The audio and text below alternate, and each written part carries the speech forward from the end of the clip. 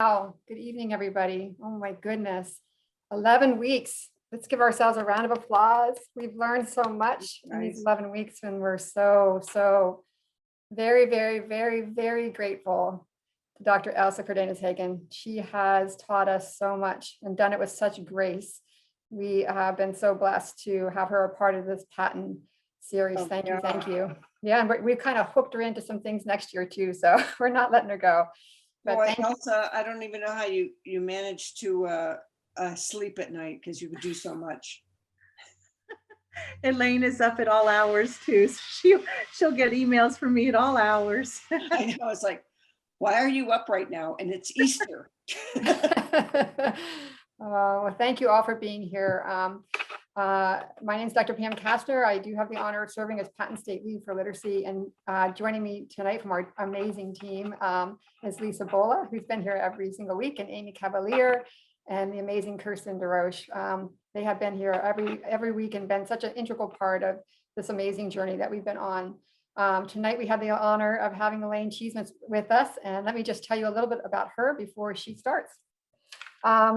Dr. Cheesemans' primary interest is teacher preparation and scientifically based reading instruction. In 2015, she received a Fulbright Award to develop global accreditation standards for the International Dyslexia Association that included time in Kuwait. She was named the Colorado CEC Excellence in Teacher Educator and the UCCS College of Education Teacher of the Year, an outstanding researcher. Her courses were among the first accredited by IDA, and she has many journal publications. She is an Orton Oak. She has served on the Rocky Mountain Branch Board, which is an amazing board, and several International Dyslexia Association committees, but I'm sure she'll tell you a little bit more about herself. I'm sure Elsa will as well. We are so fortunate to have you here with us tonight, Dr. Cheesemans. Thank you for being here with us. So I just want to welcome Dr. Cheesemans. She is amazing and has worked so diligently to really spread literacy and structured literacy across this world. She's been very instrumental in the Global Partners, which has, close to 30 global partners, and really making sure that we have high standards, high implementation. And, for those that need help, Dr. Elaine Cheesemans is there. And so she's my friend, a mentor, a colleague. And so you will be in for a real treat tonight. Welcome, Elaine. Thank you, Elsa. So what's the procedure here? You can be co-host and share your screen. Okay, I will share my screen, and I've got a little presentation, and then we can open up to lots of, host disabled. Nope, I'm not allowed. Somebody better let me in. There you go. Right. Okay. we were chatting so much about Elaine spent the whole day skiing. They got 17 inches of snow, and she's in beautiful Santa Fe. So sorry about that. We were just having such a nice chat. We forgot to make you co-host. Yeah, sorry about that. And that's a terrible thing to say to all these hardworking teachers because they've been working all day. But I did work in the education for 51 years, which is hard for me to believe. And so I decided I probably should retire.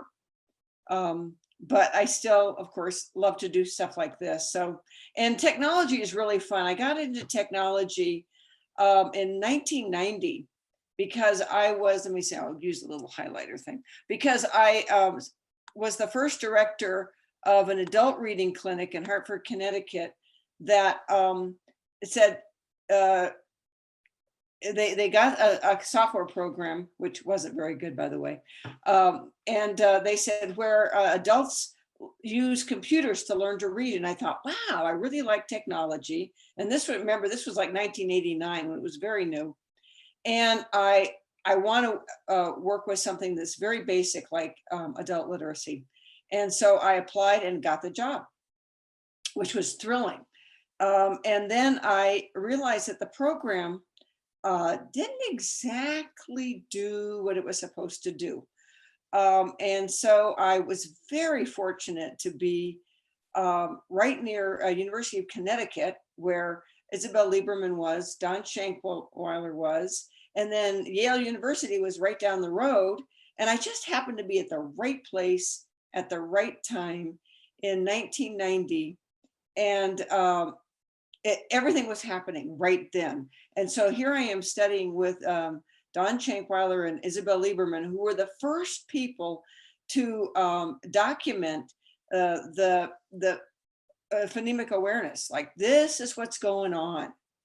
And I knew these people, and I got to talk with them about their experiments, and took a class from Dr. Shankweiler, which was an amazing class. It was on the brain neurology. And I felt like if I could just have a Jello mold of the brain, because it's so hard to understand at that point.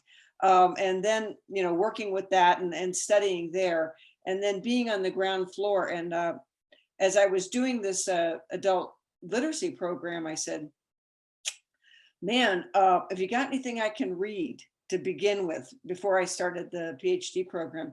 And they handed me a stack of stuff about that big. And I started reading, and it was like, wow, this is really good stuff. And it was before anybody really knew about phonemic awareness or anything. And so then I had this literacy lab with technology in it, with all these IBM computers. So I was like set up from the get-go, and set up a program. I had to kind of throw out the program they bought, because I won't even go into how bad it was. But so I got but we found some others. There weren't very many back then, though. There were hardly any. And we got some really good books that Isabel Lieberman recommended. She recommended a Let's Read, which is very simple book. I think they cost $10 each. And we got these adults in there and screened them. And we used the research base, which there wasn't much out there back then in 1990, especially for adults. And we started doing phonemic awareness with these adults. Nobody was doing phonemic awareness with adults at that point. Elsa, you've got somebody peeking around the corner at you. Nope, I guess he's peeked back. Anyway, so nobody was doing phonemic awareness, but I was reading it, and I had Isabel Lieberman right there and Don Shankweiler, and I read the research articles and started doing the phonemic awareness. And we didn't have any tokens or anything. What do you use? So I got those little square 3x5 floppy disks, and we would move those around. And of course, the students started to learn, and we didn't take long before the students were getting with 2 hours a day with the computers and with the one-on-one tutoring with volunteers, just volunteers. They would increase 4.5 grade levels every year. So they would start out with, they were coming in early elementary usually, and 2.5 years later, they'd be exiting at college level. And so I was telling them that Sally Shaywitz was right down the road. So we were involved in the very first fMRI study of the brain. That was my students. And we sent them down to Yale, and they got scanned. I got to see the first fMRI, which was really, I said, boy, this is big. This is really big. And what is this? You wouldn't tell me. But then they came back, and then she said, what are you doing with these people? Because you're changing their brain. And I went, well, I'm just following your research. What are you talking about? But she was a scientist. She wasn't a practitioner. So she couldn't take the science and put it into practice. And I seem to be able to do that.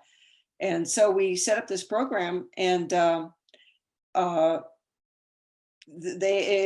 made the front page of the Washington Post and the New York Times and Time Magazine and Newsweek and everything. So it was really cool. So I kind of got in on technology and science-based reading really, really early. And Sally Shaywitz and her husband, Bennett, came and spoke at our graduation for the adult reading clinic. We'd have a graduation every 6 months when people finished the curriculum.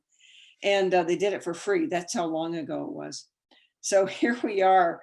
And now I'm using technology for reading. You see, I'll get rid of this spotlight. Well, maybe, I don't know. We'll see what happens. So let's see if we can go. Yeah, okay. So I'm gonna minimize this. So I've kind of been doing computers since the get-go. And so there's different kinds of educational technology. which I describe in the appendix. There's assistive technology, which that's what people think about when they think about technology, is assistive. And that means that under normal circumstances, the task would be difficult or impossible for people to do. And now we use them all the time, like electronic translators are kind of standard with computers. You even have them in your phone, but back then it was pretty unusual. We talk into our phone. Most of us now, when we text, we just speak, and we better proofread because sometimes it doesn't understand us. And that's assistive technology that we all use now. Instructional technology helps a person learn or practice a skill. And so the teachers can use it to teach, and the learners can use it to gain extra practice, because our students with the learning disabilities they need like tons more practice, as you probably found out in this series. So for example, you can have a verb conjugation practice app. And also as people age, they need more practice. So when I had adult students, I had students ranging in age from, I actually had an 18-year-old, and my oldest was 71. And they just need more practice. So that was, let's see, okay, now can I go to, yeah, okay, good. So assistive technology provides alternative access. And so it can read text, or it can help with spelling and writing. So you have text to speech or speech to text. And then if you need help with spelling, lots of times people will be typing along and they'll say, oh, I don't know how to spell this word. And I just say it into your phone, and the phone will spell it for you if you pronounce it right. That's the trick. Instructional technology, which is really my specialty, it provides these opportunities for intensive practice at one's own pace. The key to instruction, like your typical classroom with your neurotypical children, they don't need that much practice, and we shouldn't give them more than they need. They're going to get bored, they can move on. But our kids with learning disabilities often need much more practice to understand something. And so this is where the technology really comes in handy. And it provides immediate and corrective feedback, which is just like a good teacher. And it will also track your project progress. So, and these technologies can overlap. For instance, you've got a dictionary app, and a dictionary app can be assistive technology, because instead of trying to go through a dictionary by hand, you can just access the word much easier. But also it gives you extra practice on what the word means and sentences with it. And so it does kind of double duty that way. So 4th grade and beyond, schools often sacrifice instruction in reading and writing with assistive technology in an attempt to keep up with the peers. They think that learning the content is more important than learning to read and write. But that is not true for native English speakers or people who are learning English as a foreign language, or if I'm learning Spanish as a foreign language. So for English language learners to become both bilingual and biliterate, instruction is vital.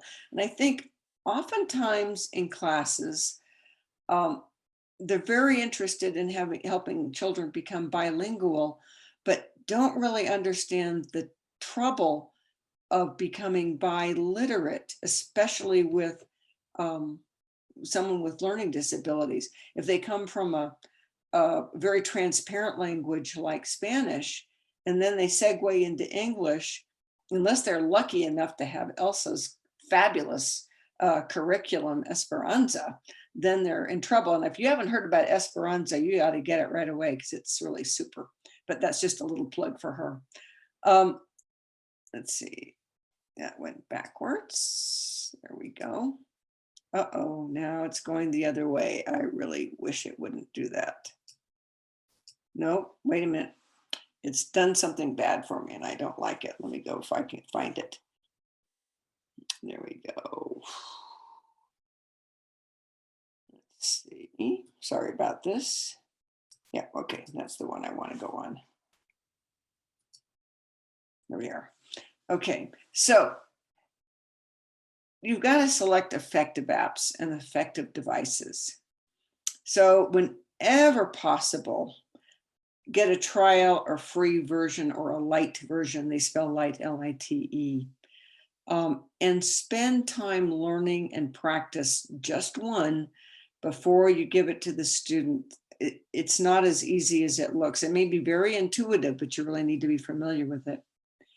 And then you've got to ensure that it is intuitive and user-friendly. That is so crucial.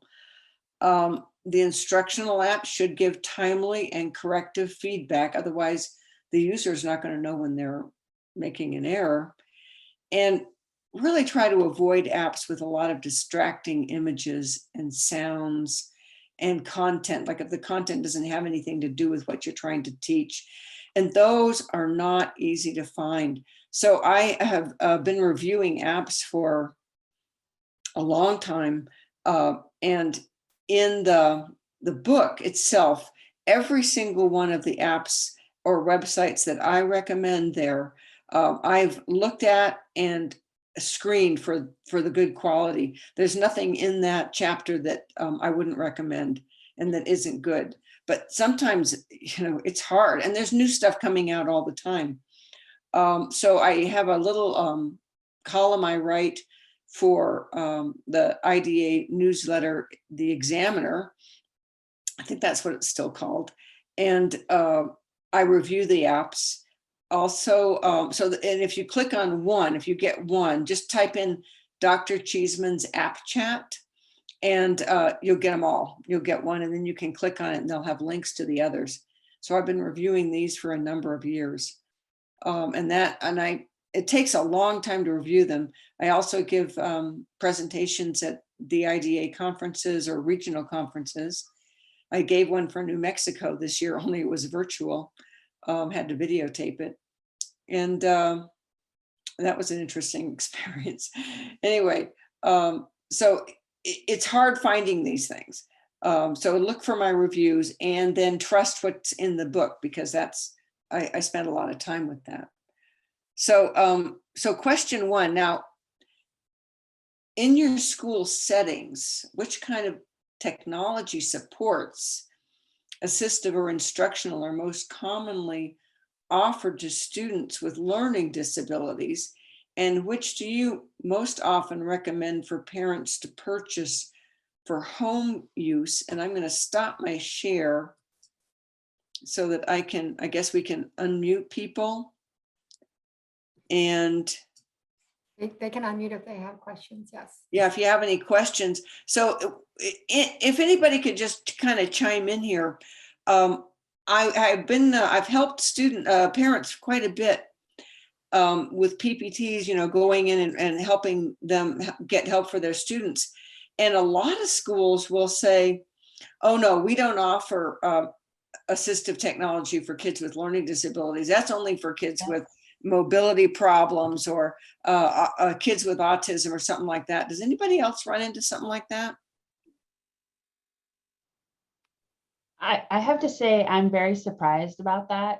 Prior to my coming to Pennsylvania in the DoD system that I was in before I came to Pennsylvania, my special skill is not with assistive technology or children who have special education. My special skill is English language learners. But because of the situation, being in the DoD system, I was with special education. And our whole mandate, our actions and everything was, okay, here are the assistive technologies. Everybody will learn what they are. And then if the parents were interested in learning them to, how do you say auf English? I'm forgetting my English all of a sudden, I'm sorry. Um, we would train the parent on how to use the Wow. various assistive technologies. If they so chose to use them in the home setting, that's fine. If they didn't, well, there you go. What can you do? Yeah. And so coming back to the United States and coming back into a more PK through 12 system was an eye opener for me because, again, my situation was unique.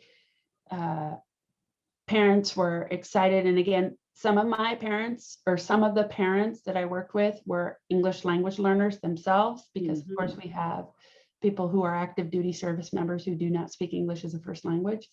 But then we had native speakers of English, and they were like really all over it. Some were not all over it, but it's an interesting dynamic because here I don't know how to articulate it clearly, but like in my ESL class that I teach at my university, we're always looking at different types of technologies that we can use with our English language learners, not necessarily to teach the parents, but to teach the teachers how to implement it with students. So if there is any impact to the parents, awesome sauce. If there's not, at least there's impact in the classroom. Right. So I'm going to be quiet. And often they'll just use assistive tech instead of instructional tech, which gives a lot more practice. And that's what people really need, is more practice in learning the English, especially now when we're doing distance learning. And so that's why I emphasize that in the chapter. There's a lot of really good resources there. And again, most people offer assistive tech, which is, it just helps them achieve the task rather than give them the practice. So that's why I kind of emphasize that. And that would be really good for the parents as well, because if the parents aren't English language learners, there's something that they can do together, which is a great thing to do. Any other discussion on that? Okay, let me go to the next one. See if I can find it. You can't see it, but I can. Okay, now we've got,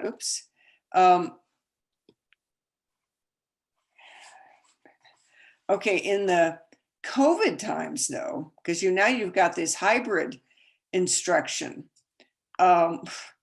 which I know in Santa Fe, it's like the kids who have money, which are usually not the English language learners, right?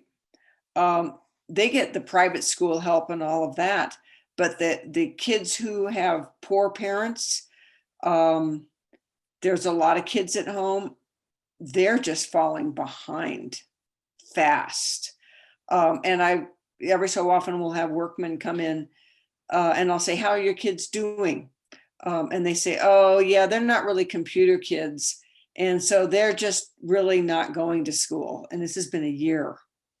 So I don't know about you guys, but I'm terrified about what's going to happen. I'd like to just comment on that.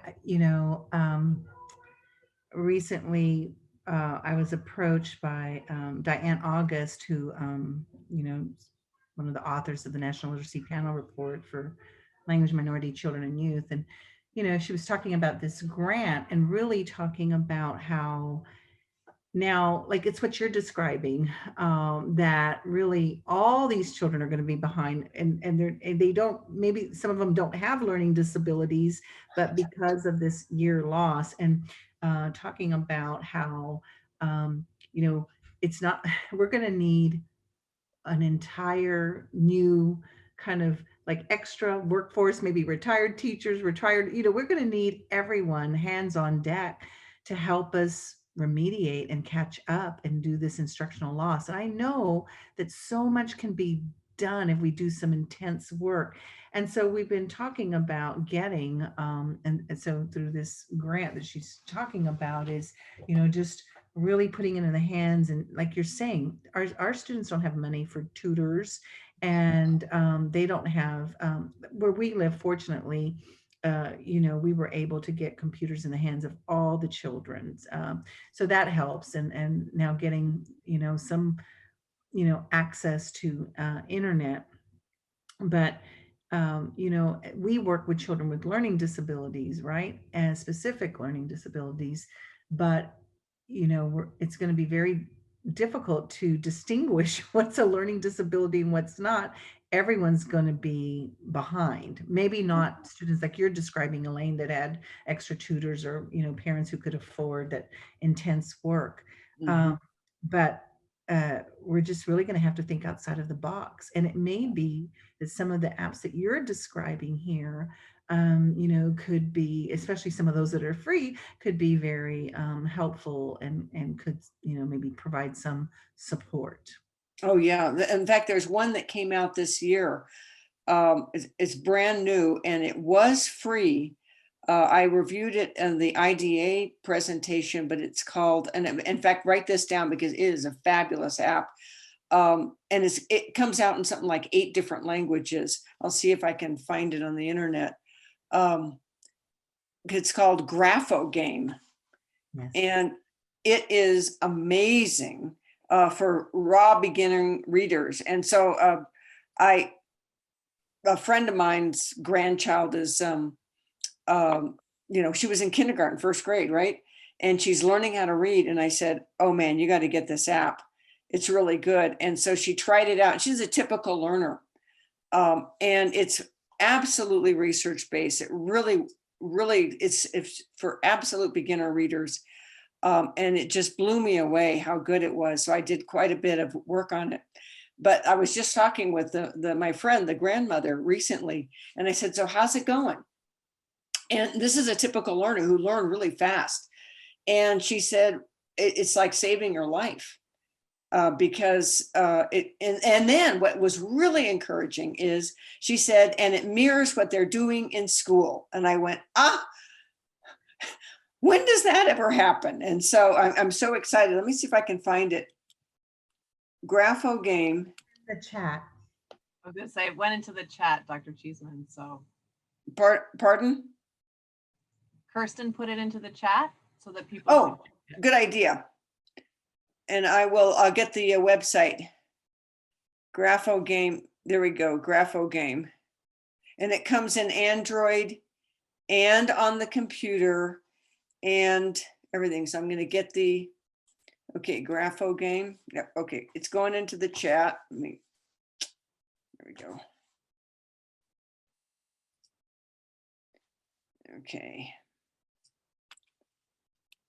Is it www? Nope, just Grapho. The link I see in the chat is working for it, I think. Yeah, graphogame.com. And it's for beginning readers, like absolute beginning readers. Oops. Yeah, and it has English and Spanish and Portuguese, American English and British English. It has everything, and it's really cute. And I asked my friend, I said, how is she liking it? And she said, oh, she just loves playing the game. She thinks it's a game, and which is fine. Let me just bring it up here because it's not in the book because it just came out. Let's see. There's Grapho Game. Share. Okay, there it is. So here it is. And oh, I've already done it. Let's see, app information. This is what it looks like. Ages 4 to 9. Oh, they want me to subscribe. Go away. There we are. You can download it, and it's made by scientists. I think Famiko was involved in this one. And the app information, let's see, Grapho Game in English and Spanish. And yeah, there's the English one. And it really is just amazing. It's the most impressive app I've seen in a long time. Okay, so now I'll stop sharing. And that, I'm sorry, that's not in your book, Elsa, but it just came out. Maybe we should put it in the next edition because dang, it's good. Okay, so now you all have been working with kids hybrid, correct? Just nod. Yeah. That's what I thought.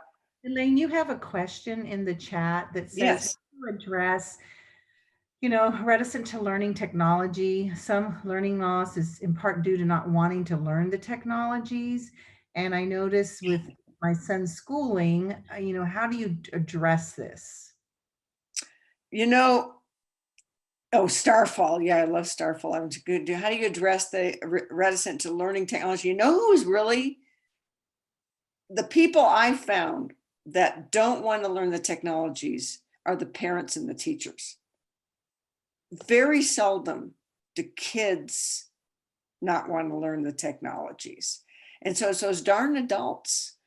And it's a lot of work. And they're probably, the teachers and the parents are probably totally overwhelmed. I know my grandniece, you know, has a first grader and a baby, and she's got a job that she's working at home. Oh, and she's a COVID long hauler. They got COVID last March. Her husband, who's 30 years old, is still out of work on medical leave. They're overwhelmed. And so I kind of get it. And it's just one more thing. And how you address that, maybe I think the training is involved. If you say, look, just spend a half an hour with me and learn how to use it. If someone shows them how to do it, I think that really kind of greases the wheel.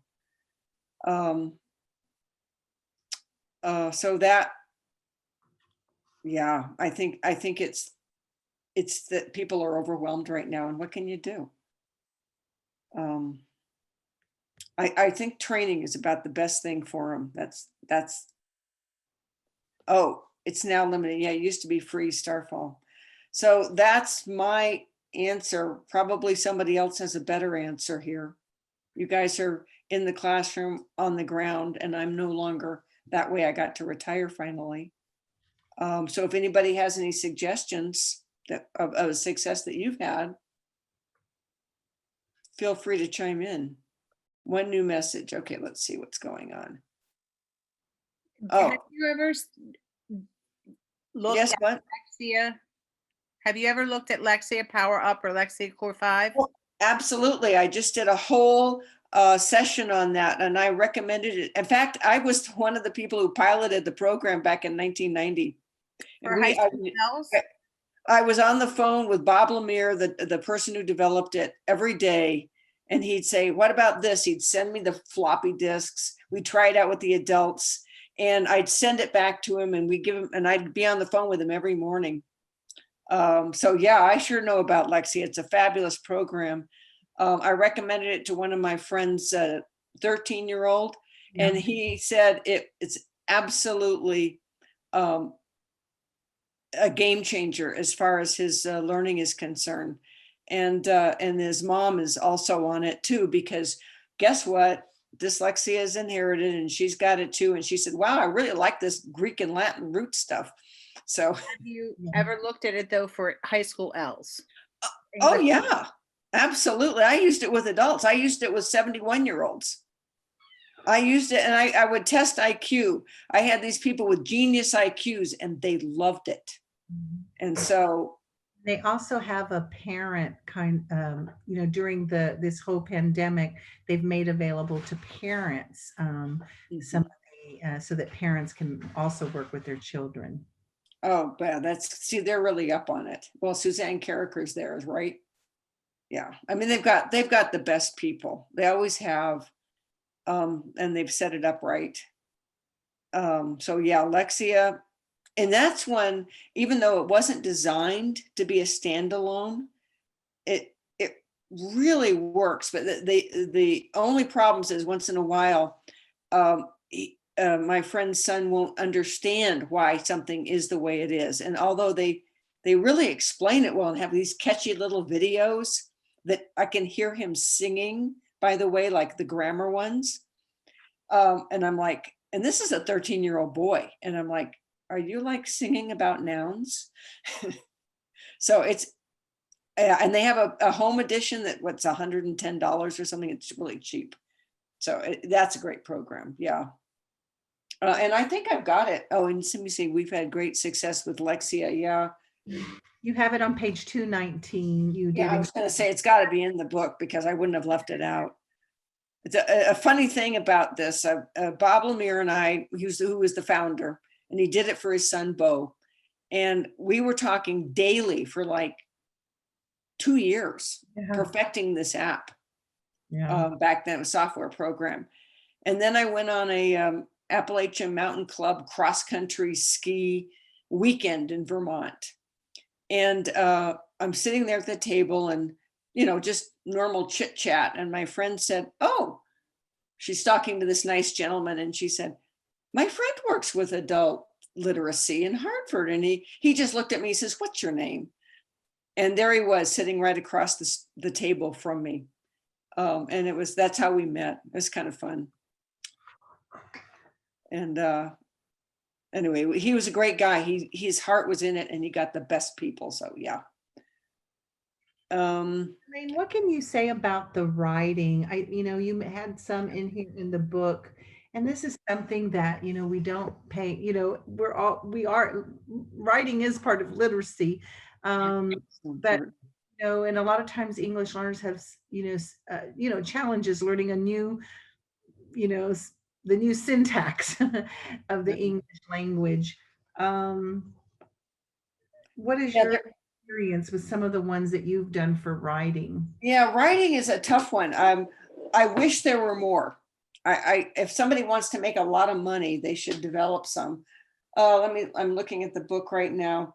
Of course, it starts with handwriting. A lot of people leave that out. They don't think it's important, but it is imperative because if the students are stuck on making the letters, then they forget about how to spell, and then they forget everything. They can't put the sentence together. So it really starts with letter formation, which is a very neglected thing. There was a good typing program. I just reviewed the typing programs in one of my app chats. So if you go to Dr. Cheesemans app chat on typing programs, there's some that are Orton Gillingham based. And my friend JJ said that actually really helped him with his writing. Now, Lexia has some good writing, really good writing in there. They talk about the syntax and they do grammar. I would say Lexia is probably about the best one for writing. There's a couple of programs that I have. Let's see, letter writing. And then what's the name of this one? You had there's a sentence maker. And it has scrambled sentences. Let's see, which one is it? Vocabulary, irregular verbs, word flex. Let's see. Writing skills, there we go. Let's see. Oh, Grammarly. Yeah, Grammarly, man. Oh, and No Red Ink. That's it. No Red Ink is a fabulous program. I even used it with my graduate students because you can find out what they want to work on, like passive as opposed to active tense form. And in fact, we have adults have a lot of problem with active and passive or relative clauses. So it goes very advanced all the way down to first grade. And you can find the unit you want. The teacher can assign it. There's follow-up. You get a few exercises, a quiz. No Red Ink was really good. And I think it's free still. It's noredink.com. You're still muted, Elisa. And I see here that Kristen put in Bill Zigler and some of those free programs for writing. Kristen, can you elaborate on those? Yeah. I can. So Bill Zigler is a AT consultant in the state of Pennsylvania, and he works at Bucks IU and has designed several programs to meet students' needs and for writing, and they're available to download either on a Mac or on a PC or a laptop, and they're available at that website. So he has keywords which help create sentences so kids can take parts of a sentence and plug them into specific spots. Just My Type, which is a typing program helping kids with typing, and report cards, which help with gosh, how do I say it? Organization. Oh yeah, that's the hard one. And what about sentence structure and making and going from simple sentence to compound to complex? Does it go into that too? No, it's not that complicated. Mhm. But I'm sure that he would, if Bill likes to tinker. So oftentimes if you have an idea, he's got a way that he can think about how to create the program. He likes to do that, especially if it can help kids. I'm just thinking that we ought to get him connected with William Van Cleve. Wouldn't that be something to put those two together? It would be something. Has anybody And- introduced them? No, but I would love to do that. And Yeah. Tammy Bertel, who's another assistive tech consultant with me at Patton East, just wrote in the chat, if you have an idea, Bill will take it on. And you can contact him too through his website, which is right there. Yeah, because if those two join forces. Can you imagine? Yeah, William's been a long-term friend of Patton and is doing tons of work with us right now. So we need to connect them. So make a little connection there. We will do that. Yeah, I really like this idea. I'm like, Yeah, I think it's a really good idea. I know William, of course, so maybe Elsa and I can do a little. Yeah, we can talk to him and say, hey, this is a really good thing. That would be good. Thanks for pointing this out. I appreciate it. I was gonna say, he may actually have time because I think he just finished his morphology stuff. So I think that's about ready to hit the market. So he may. Yeah, He doesn't want to write, but we'll twist his arm. Morphology is so neglected that, in fact, I found a couple of good apps and then they didn't sell enough. So they went out of print. You can't get them anymore. It drives me crazy. So if he's doing morphology, God, this is great. I'll put it down. Yeah, someone needs to connect those two. That would be a marriage made in heaven. Great. Any other comments? I'm kind of looking at the chat. Thoughts on Exact Path? I don't know that one. Which one was it? Exact Path? I don't know that one. Exact Path. I don't either. It's Christine Clancy. William is very quiet and shy. I don't think he will. You don't know William. Yeah. Yeah, no. That's pretty. She knows him. She was in the syntax class, just so she knows him. Yeah, I was just gonna say. Exact Path. What? Christine Clancy. What's Exact Path? I don't know that one. I know you're here. Sorry, I was trying to find a better link. Turn my camera on. It's like an adaptive program where students take a test and then they're placed into lessons for, like, we used it specifically for different grammar skills in ESL. I found that the students were often a little confused, and I was just wondering if maybe I wasn't presenting it correctly, or I wasn't like kind of monitoring it closely enough, because I was trying to give them something to do while I was pulling a group. So I was just curious if you had heard of it. And I haven't. No, I haven't. These kids need a teacher, and sometimes just going onto a computer, it's a lot of navigation, and I find that they really need to be trained on it with guided practice before they can be let loose. But again, you guys are doing an amazing job trying to keep up with what do they call them, the zoomies and the roomies, I heard. How do you, I don't even know how you would do it.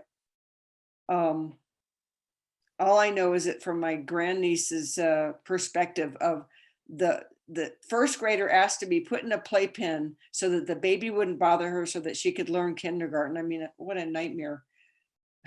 Along with having COVID. Yeah.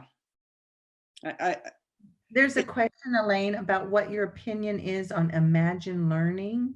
Imagine Learning. I don't know that one. What? Maybe I know it. Is it like Imagine It? Or is it a different?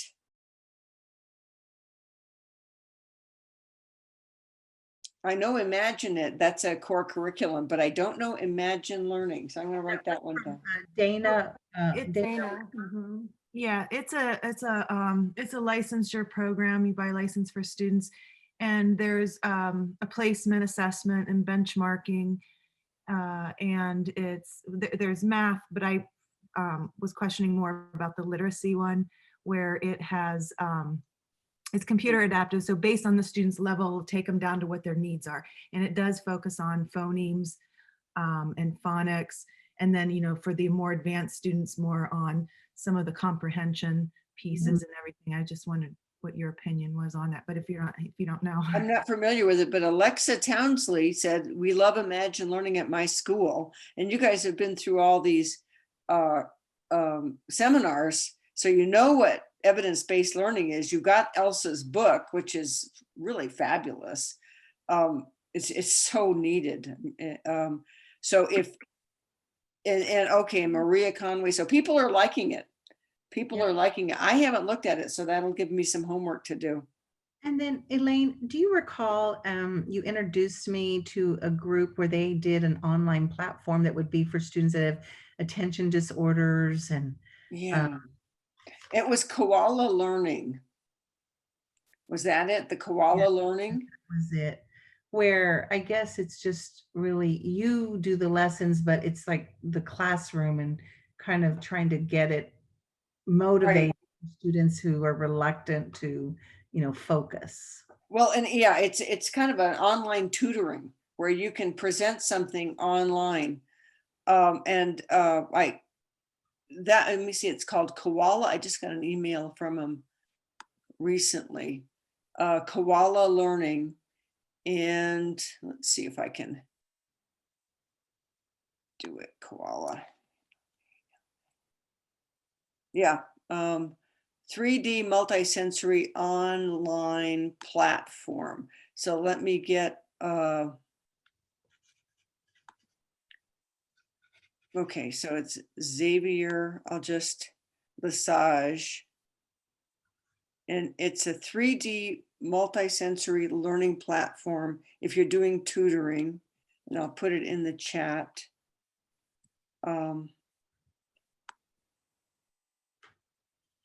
Here is his email.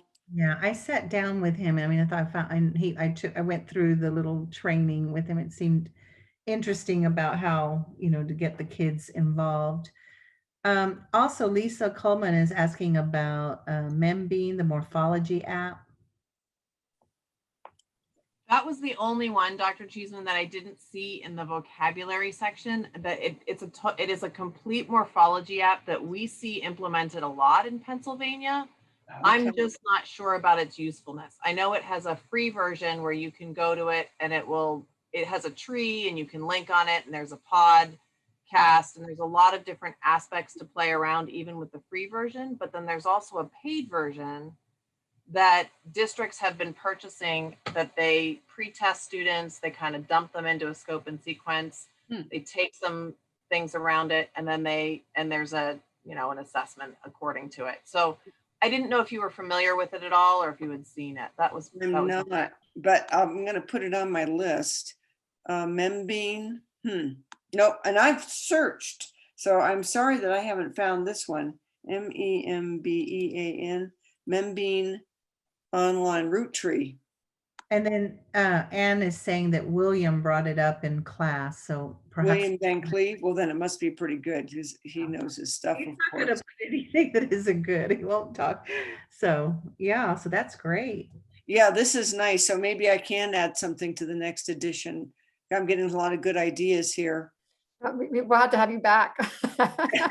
You're good. All right. Sound good? Yeah, this looks pretty good. SAT, GRE. I'll have to look at it. I'm gonna examine that one.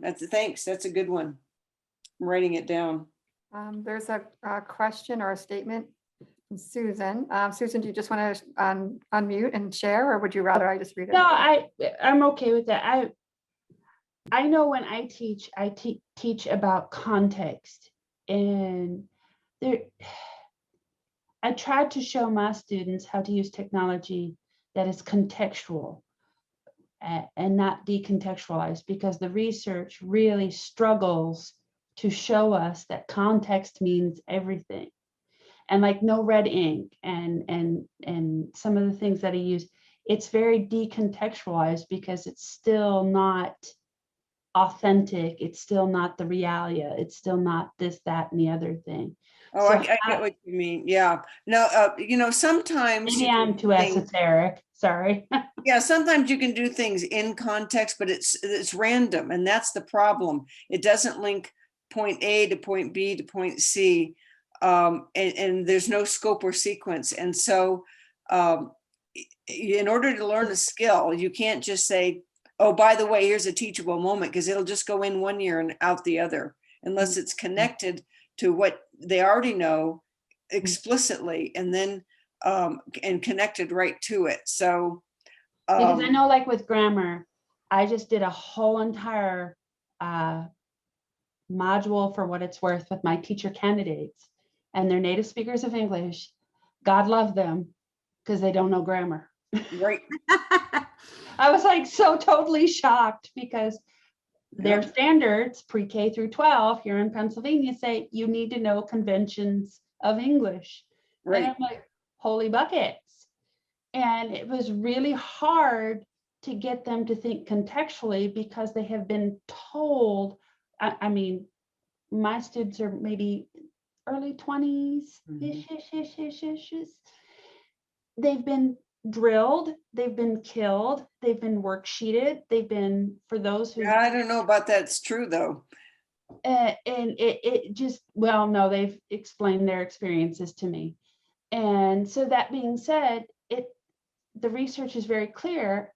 Grammar is not a decontextualized function. It is context. And if you keep decontextualizing it, they're not going to apply it in the context. Right. Let me tell you a situation that I was in the other day. I'm just radical. It was, I was working with these kids on just basic reading, and the teacher had to leave for whatever reason. It was a small group of kids.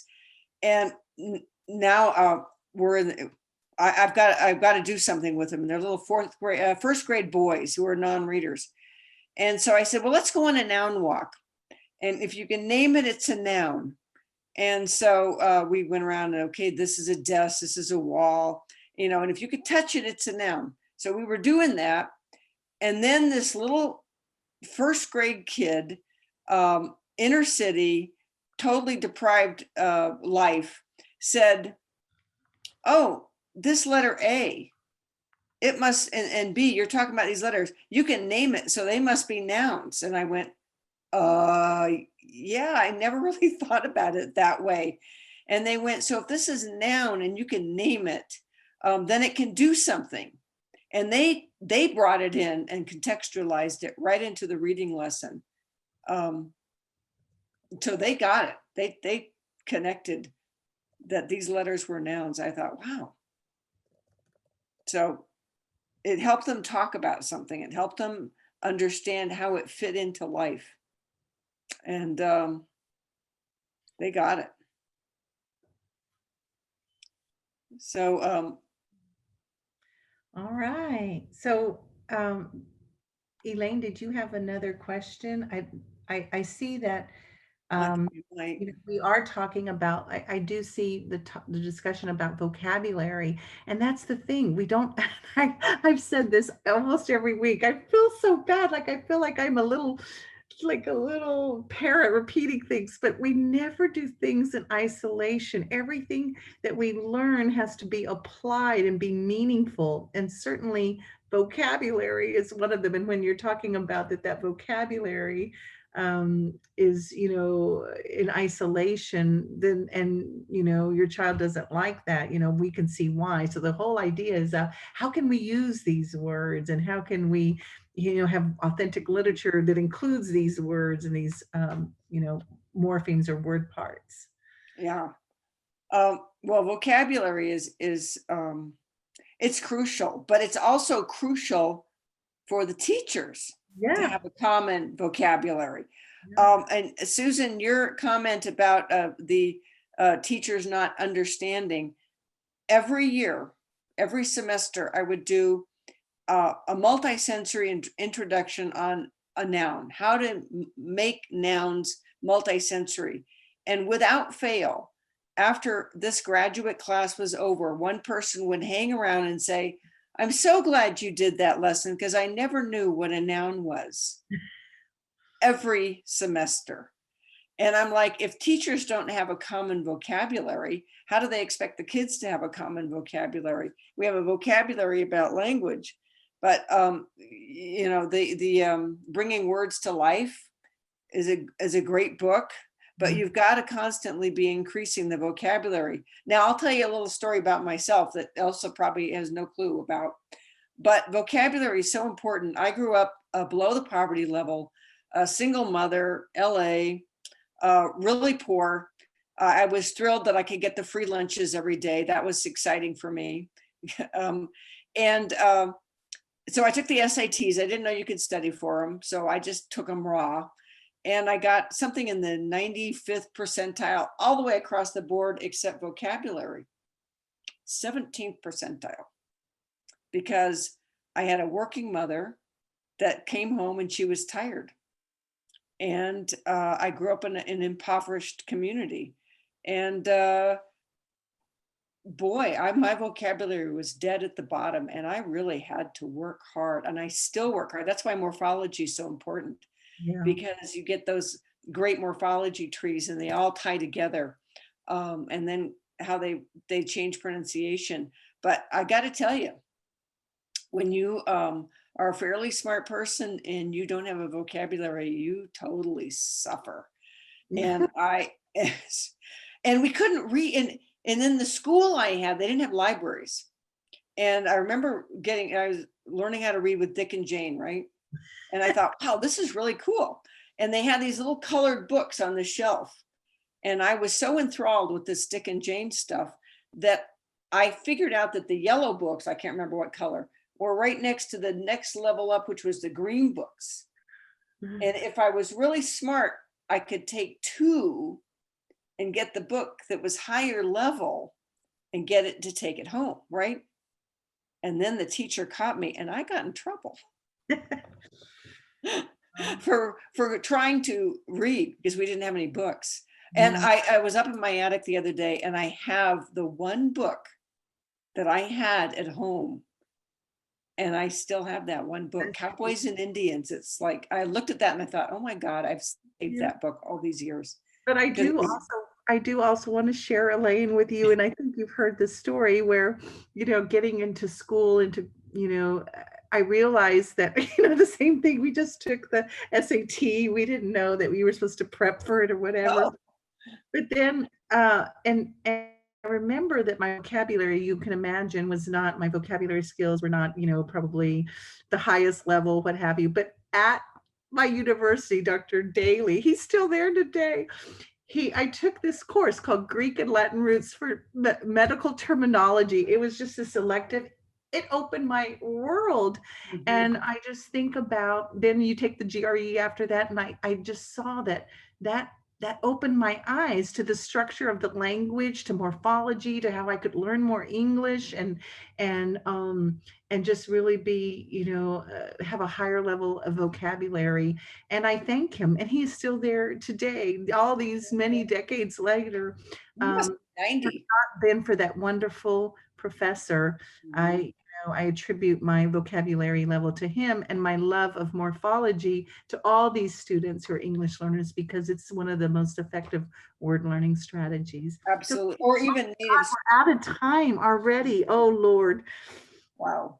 So yeah, morphology is the name of the game as far as vocabulary. Elaine, you're so amazing. Thank you so much for being here tonight. You're just Well, and amazing. thank everybody for giving me these great ideas. Now I've got homework. Yeah, we have more homework for the next edition. This is really good. I'm going to go to my online etymological dictionary, and I'm going to go to these new apps, and maybe that'll be in the next edition. So Yeah. thank you all for Thank you. coming. I really appreciate It was a it. nice conversation. It really was. And you taught us so much, Dr. Cheeseman. We're so grateful. Thank And you. I know lots of people are scribbling. There's going to be Yeah. a lot of app downloading tonight for sure and exploring. So thank you so much. You're welcome. But of course, before we close, we really do have to say thank you to Dr. Elsa Cardenas-Hagan. I mean, I'm seeing all the thank yous in the chat. This is 11 weeks we've had the honor of spending our Thursday evenings with you. I just think tonight how sad. What are we going to do Thursday nights? We're going to be sad. We're going to be sad is what we're going to be doing. We're going to be feeling. So thank you so much, Dr. Cardenas-Hagan. You've really inspired us and taught us so much. We're really grateful for these past 11 weeks. We hope that you all join us in the future for patent series. We are conducting a reading rope series where we're focusing on a strand of the reading rope each month.